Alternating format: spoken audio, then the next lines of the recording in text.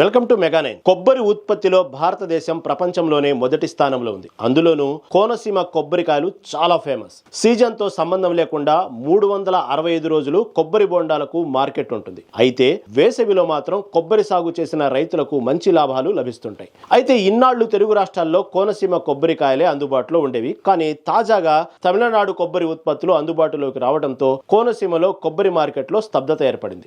గత కొద్ది రోజులుగా అంతకు ముందు పెరుగుతూ వచ్చిన ధరలు ప్రస్తుతం పూర్తిగా తగ్గుముఖం పడ్డాయి. ఎగుమతులు కూడా ఎక్కడికక్కడ నిలిచిపోతున్నాయి. ఆశించిన స్థాయిలో అమ్మకాలు లేక కోనసీమ కొబ్బరి రైతులు విలవిలలాడుతున్నారు.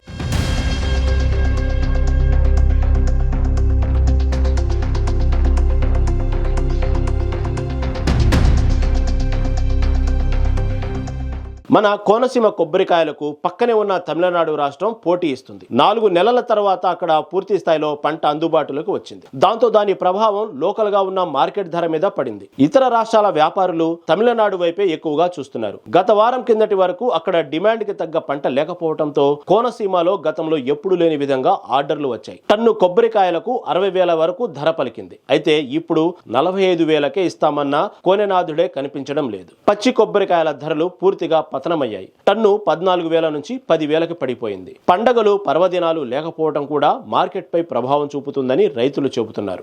దాంతో గత 4 నెలలుగా మంచి రేటు అమ్మిన రైతులు ఒక్కసారిగా డీలా పడిపోయారు. ఈ ధర ఇలాగే కొనసాగుతుందని అంచనా వేశారు. కానీ ఒక్కసారిగా రేటు డ్రాప్ అయిపోవడంతో రైతులు ఆవేదన వ్యక్తం చేస్తున్నారు. అంబేద్కర్ కోనసీమ జిల్లాలో కొబ్బరి తోటలో కొబ్బరిపై ఎన్నో కుటుంబాలు జీవనం సాగిస్తున్నాయి. అటువంటి కొబ్బరికాయలకి డిమాండ్ లేకుండా పోవడం వల్ల ఇక్కడ చాలామంది ఇబ్బంది పడుతున్నారు. వేళ కుటుంబాలు పోషించుకోవాలంటే చాలా ఇబ్బంది పడుతున్నారు. అలాంటి కొబ్బరికాయకి మంచి ధర వచ్చేలాగా ప్రభుత్వం కృషి చేయాలని కోరుతున్నాను. ఈ ఏడాది కుంభమేళాకు కూడా కోనసీమ కోకోనట్ భారీగా వెళ్ళింది. మామూలుగా నార్త్ స్టేట్స్ కి ఎక్కువగా తమిళనాడు నుంచి ఆర్డర్స్ వెళ్తాయి. కానీ ఈ ఏడాది డిమాండ్ ఉన్న సమయంలో ఆ రాష్ట్రంలో ఉత్పత్తులు లేకపోవడంతో కోనసీమ కొబ్బరి పంట పండింది. ఇక ఇప్పుడు తిరిగి అక్కడ అందుబాటులోకి రావడంతో పరిస్థితి మళ్లీ మారింది. కోనసీమ నుంచి కొబ్బరిని తీసుకుని వెళ్లాలంటే రవాణా ఛార్జీలు భారీగా ఉంటాయి. అందుకే నార్త్ వ్యాపారులు ఇటువైపు చూడడం లేదు. గతంలో ఆర్డర్లు కావాలని కొద్ది మొత్తంలో అడ్వాన్స్ ఇచ్చిన వాళ్ళు ఇప్పుడు లెక్కలు అంచనా వేసుకుని సరుకు తర్వాత చూద్దాం అంటున్నారని రైతులు వాపోతున్నారు. కొబ్బరి తోటల నిమిత్తం అయితే మొత్తం సాగుకొచ్చి 5 తళ్ళు కానీ 6 తళ్ళు కానీ పెడతామండి. నత్తజని మామూలుగా తవ్వించి మామూలుగా సైడ్ని నత్తజని పెంట పేడ కూడా వేస్తారు. దానివల్ల కొంచెం అభివృద్ధి అవుతుంది. అయితే ఈ సీసీ వాళ్ళు ఏంటంటే ఎక్కువ లేబర్ ఖర్చు ఎగిరిపోతుందన్న భయం చేత అన్ని రకాల పెట్టుబడి పెట్టినా కూడా జరుపుతున్నారు.